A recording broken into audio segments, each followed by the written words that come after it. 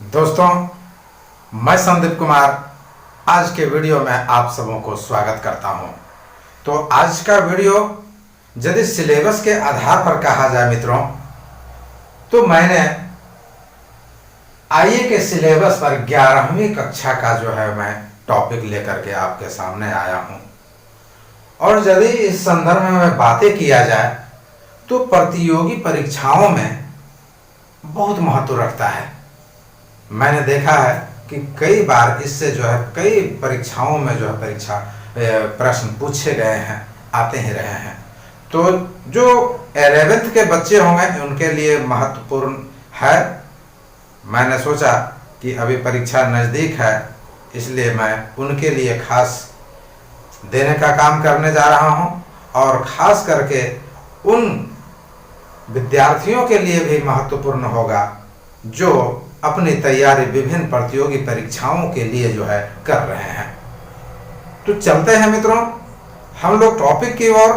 और इसमें भी आप देखेंगे कि 11th क्लास के आधार पर कुछ सिलेबस में कटौती किया गया है, तो उसी से संदर्भित मैं सिलेबस आधार पर जो है आपको बतलाऊंगा।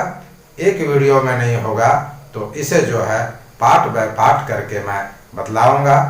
तो वीडियो देखने के बाद आप जरूर कमेंट करके हमें बतलाएंगे कि हमारा जो है मेथड आपको कैसा लग रहा है, अच्छा है, आप संतुष्ट हैं।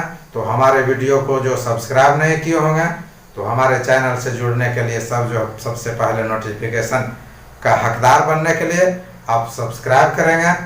और जो है हमारे हौसला को बढ़ाने के लिए आप शेयर करेंगे और कमेंट करके जरूर हमें बतलाएंगे, ताकि मुझे समझ में आएगा कि मैं जो पढ़ा रहा हूँ आपके लिए उपयोगी है।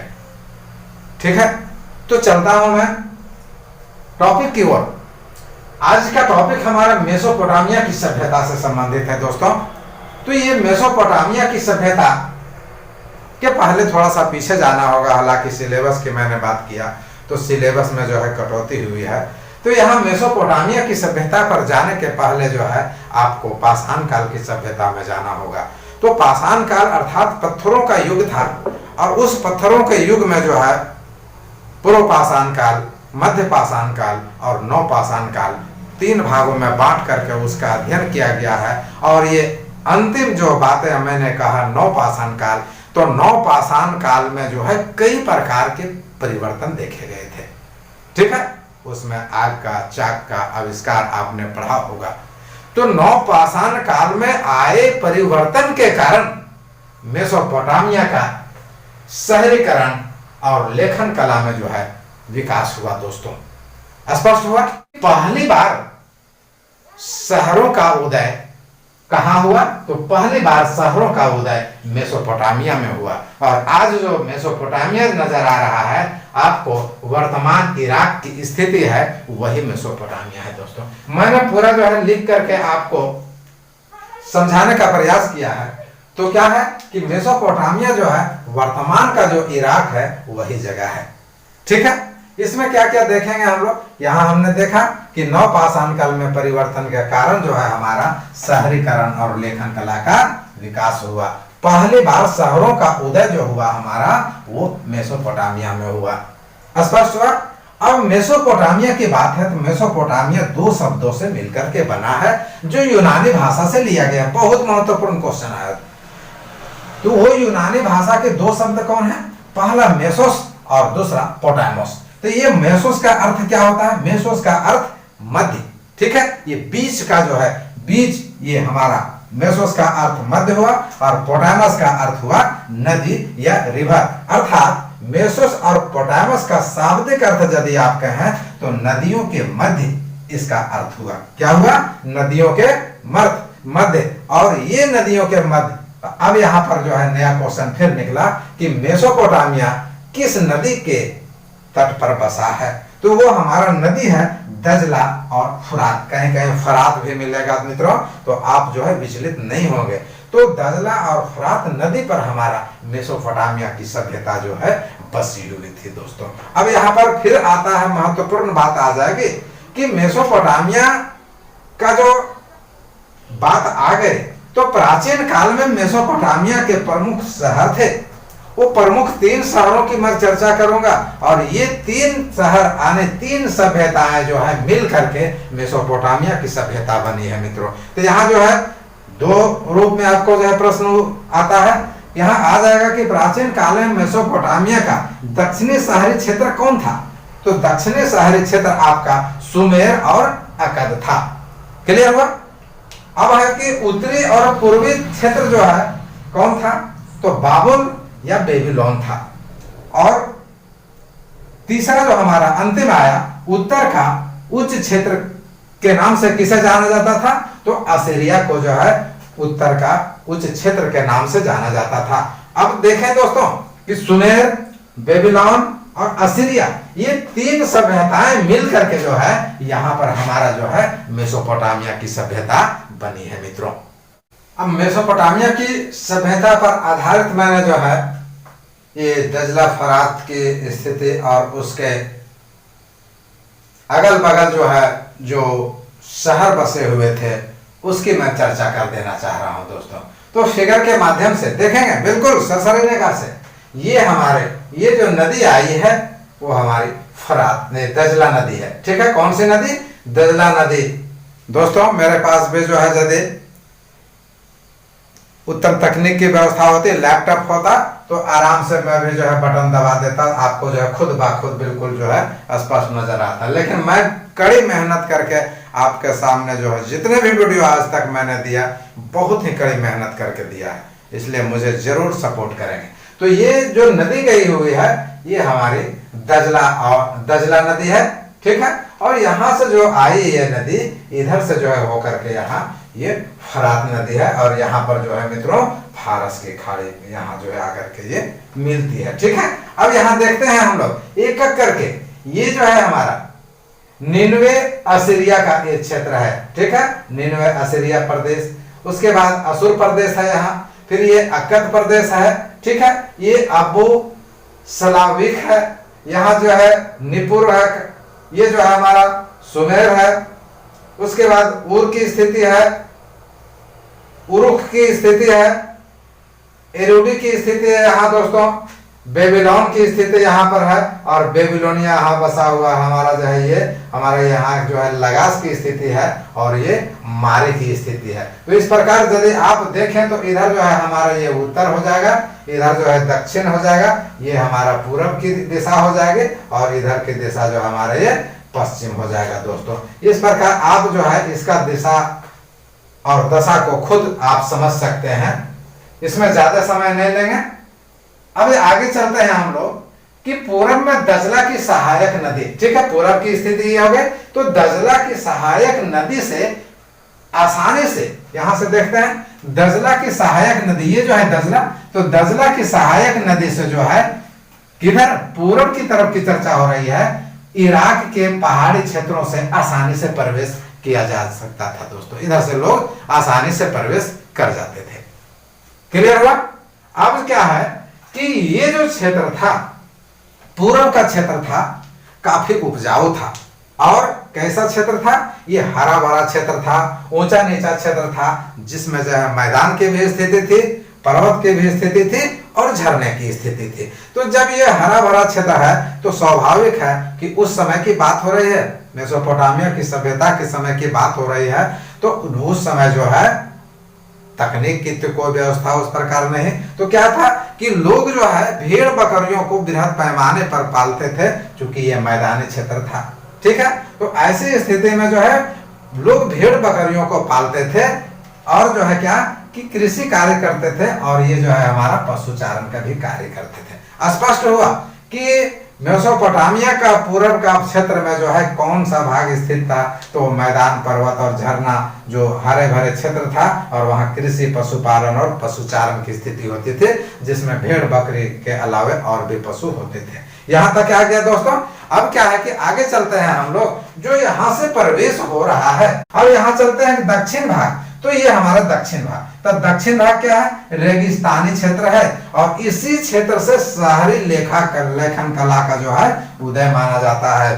महत्वपूर्ण क्वेश्चन दोस्तों आएगा क्वेश्चन कि मेसोपोटामिया के किस भाग से जो है लेखन कला का उदय माना जाता है, शहरीकरण का उदय माना जाता है। तो वो क्षेत्र है हमारा दक्षिण का भाग जो रेगिस्तानी था, और उधर से जो है लोग क्या करते थे, लोग जो है क्या करते थे, आने जाने का काम करते थे। और इस प्रकार जो है क्या था कि बाहरी लोगों का जो है यहाँ आना जाना हुआ, और इस प्रकार से जो है शहरीकरण और लेखन कला का उदय हुआ। अरे आगे चल करके देखते हैं फिर कि फरात नदी की स्थिति। यहाँ जो है फरात नदी की स्थिति ये देख रहे हैं, फरात नदी है।